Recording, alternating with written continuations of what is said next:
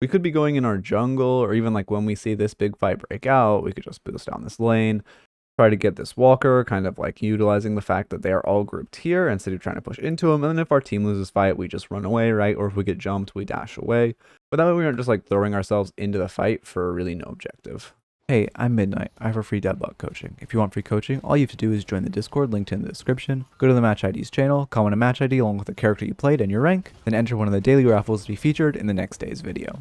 Also, I put a ton of work into these videos, so please, if you like it, do all that shit and, you know, all the e-begging stuff. Thank you. Okay, today we're reviewing an Infernus Haze solo lane. As Infernus said, he was curious about things like lane macro and roam timer, so I'll try to go in depth on those. Yeah, he gets early sleep on us. I like that we're punishing her for this. This is good. That melee is a little eco, but she doesn't parry. I would say that doesn't fall under the like double melee mechanic coin, where if one person melees in a fight, both people start thinking about the parry because she slut melee you. That doesn't make a lot of people think of the parry key because it's not parryable. We're tanking a lot. Yeah, that was really risky on that minion. We should be hugging cover more. Just playing more by the arch, or we could even walk up to gargoyles and try to play around those. We should just be trying to burst wave here, I would say. Okay, yeah, we lose that deny. We're letting her wave push out, I think, because we want to kill her. Oh, now we're shooting wave. We could let the wave push out to us and then try to jump her with our flame dash if we wanted. Or if we really just want to shove this wave, we should just be shoving it immediately instead of waiting. Combine Enduring Spirit, yep, that's pretty standard. We should be trying to target the heal creep here. The heal creep is to the right, and if it gets another heal on her when she's this low, it's a little risky. She didn't play around it, so that's good. But a better player will try to hug their heal creep a bit more to get a second heal. Yeah, so now that Haze is healthy and she has wave prio, it's a little dangerous. Early Infuser, I normally see Infernus build that a little later, but it is a very strong Infernus item. We missed the minion to our left. We kind of tunnel vision on the minions who are low. We should just have a little more awareness to wave health and knowing that, like, because we kind of meleeed the minion on the left and then saw the minions on the right were low. I think we could have finished that minion on the left, or we could have just realized that the other minions were low and not gone for the melee in the first place. Yeah, at this point boxes are spawned, so we could be trying to get a little wave prio to run the... Oh, yeah, she's running alcove right now. Never mind, no she is not, she backs off. But we could be trying to get a little prio just so we can run the alcove, or we could even come back here and grab these boxes back here. And the next time we have a couple seconds after wave. I mean, I like that we're pretty poke oriented, but we should be stopping when she gets the minion low to try to flick over and deny the minion. Okay, it looks like we are trying to get prio back. Yeah, okay, we're definitely trying to get prio back. I think this, going for those melees is pretty risky. A better Haze would definitely punish you for it. I think her sleep knife is just coming off cooldown, and also she could just kind of beam you because you're so mispositioned. I think the best play here is try to shove wave as hard as we can, and then the second it gets under tower, we go for a box run. You should just back off at this point. Yeah, it's risky. We could buy healing right into a box run. That's what I would do if I were you. Oh no, yeah, she trolls. We go in on Arc just Neville. Yeah, and then we kill her for free. Yeah, never mind. That's great. That's the type of thing where it's like your enemy's misplaying by not noticing you have ult when she doesn't, but I love to see that we recognize that and punished her for it. But now, after shoving this wave, we should do healing right box run and not siege, because she's respawning with boost, and she will definitely boost at you. Okay, we're doing the alcove run. That's good to see. I believe we're going to do the alcove run. Okay, no, we didn't do the alcove run, so we did like the start of it. But like, if you're gonna come up here, you might as well grab at least this box and the two boxes down here at the minimum. You could also maybe grab this urn in that box. But if we're gonna start this, we might as well finish it. Because when wave prio is so pushed into her, these boxes really aren't that risky.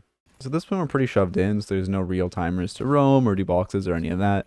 But because we have the advantage by 1k souls, we could either freeze and try to bait Haze into taking another really bad fight by kind of forcing her on our side of the map. Quick rundown freezing is you only last hit the minion, so wave doesn't really push and it stays on your side of the map.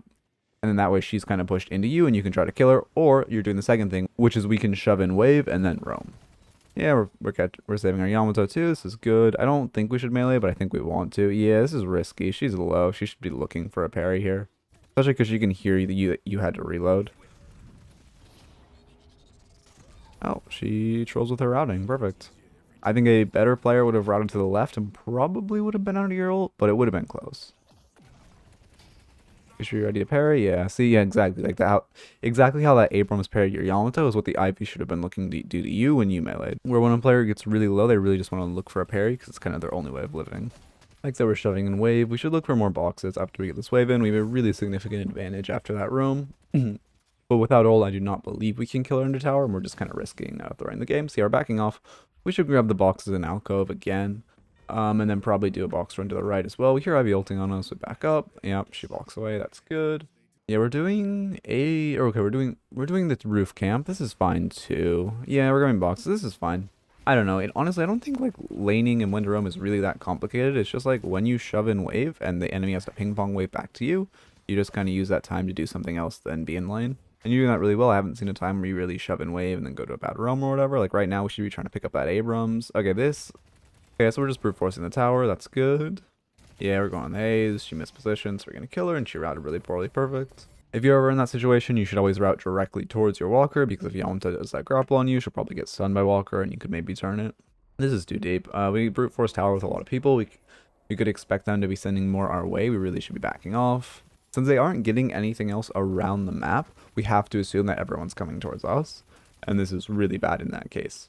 We got the walker, but this is by no means should we, and this should be really bad, and we should get really punished for this. Even now, like, I know we want to fight, but yeah, now they're coming. I think there's only 3 of them, though, so yeah, now they're coming. It's just very late they bring 4. I think we are all still going to die for it, but we should have died for it and not gotten walker.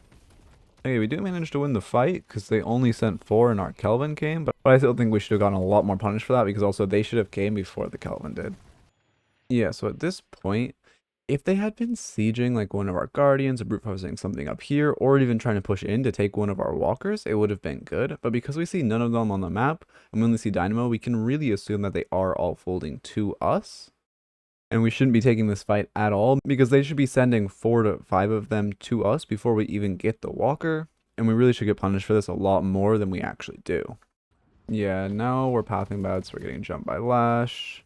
You go for the YOLO parry, much like, yeah, again, I mean, you understand, like, YOLO parries and how it works. Yeah, that's unfortunate. You kind of just got whacked on the head, but we shouldn't have really been pathing like that. After the fight ended, we really should have just been trying to path out. We kind of kept, like, overstaying, even though, like I said, we could assume they were sending more and more to us. And even though respawn timers were starting to come up. We're kind of just pathing to this fight. Is this our flex slot? No, this isn't really our flex slot, so there isn't really a point to autopilot to this fight. Yeah, we get Haze Dynamoed. Somehow we don't insta-die. But yeah, I mean, they'd kill us. This is just a bad fight to path to. Like, we're not defending. This lane doesn't even have a tower, so we're not defending anything. We already took their guardians, so there's just nothing here, and we're fighting over nothing. I don't think out of this elo that that mid boss is going to be done at 12 minutes, so even if you won that fight, I don't think you would have gotten anything. We could be going in our jungle, or even like when we see this big fight break out, we could just boost down this lane, try to get this walker, kind of like utilizing the fact that they are all grouped here instead of trying to push into them. And then if our team loses fight, we just run away, right? Or if we get jumped, we dash away.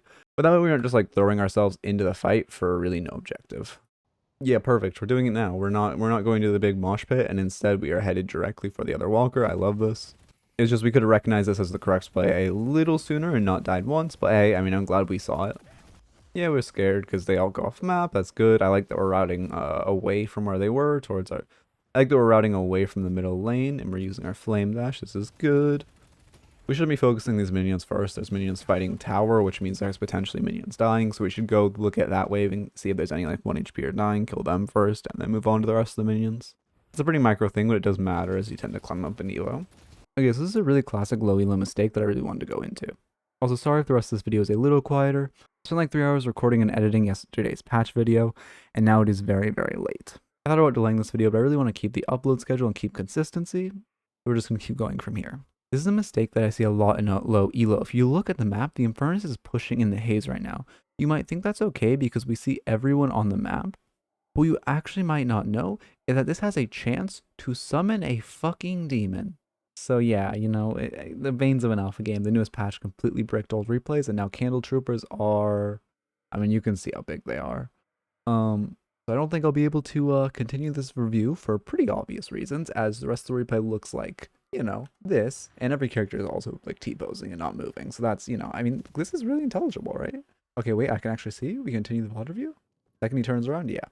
There's only like 8 minutes left at this VOD, so it's not awful that it ends this early, but Jellybean, you're a very active member of the community, and I don't want to shaft you like this. Because at the end of the day, it was my mistake of not just recording the whole video before the patch, or just straight up not recording on patch day.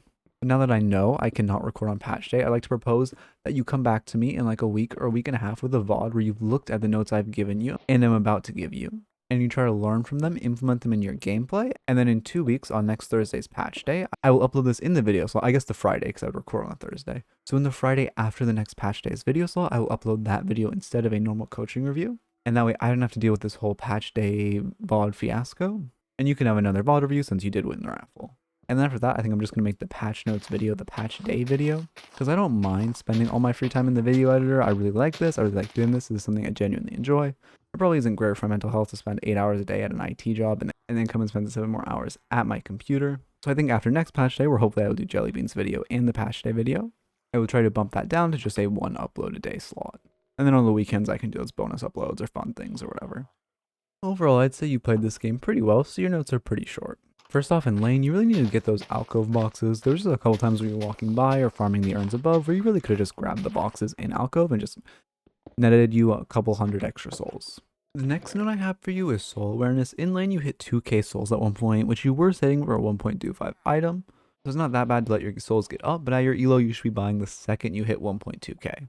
Also, my commentary on it was kind of fuzzy and didn't make sense, so it didn't make the cut. And you have had the best of soul awareness out of pretty much anyone I've coached so far, but I would still say that is something that is really important, especially in laning stage when small items make such a big difference. And then lastly, for the mid/late game, I would say just don't autopilot the fights. I'm probably going to put splitting in the title. Again, there wasn't much for the mid and late game. I apologize. I'm sorry this whole replay fiasco happened. I hope that you're down to do that second game thing in a couple weeks and that works out. But you just kind of went to that fight out of instinct when there was no guardian for either side, and let's be honest, you weren't going to push the walker. And you only were able to do half of the HP of the enemy walker because you went after you died. Well, if you just gone initially, you probably would have gotten the walker in its entirety. Or pulled enemies off that fight, which would have given your team an advantage in the fight. Anyway, like I said, sorry this one was scuffed, sorry this is probably really quiet, maybe I might be cutting out, or you might be hearing like all my micro breaths because I have to be really close to my mic, and I'm sorry. I hate when you can hear like every time my lips touch it, like I hate that, and I try to edit it out every time. But this might be pretty bad because I'm talking relatively quietly, pretty close to my mic. Hope I didn't die in the Minecraft world again. It is remarkable how much I ego in that game. I used to speedrun it like, I don't know, 3 years ago at this point. Not successfully, mind you. My best speedrun time was like 40-50 minutes. But it gave me a huge ego when it came to that game. So now I'll just like run into shit like, oh, I beat it, I can win. But I haven't played the game at like a tryhard level in like 3 years. Aside from the Bed Wars I did on this channel like a year ago.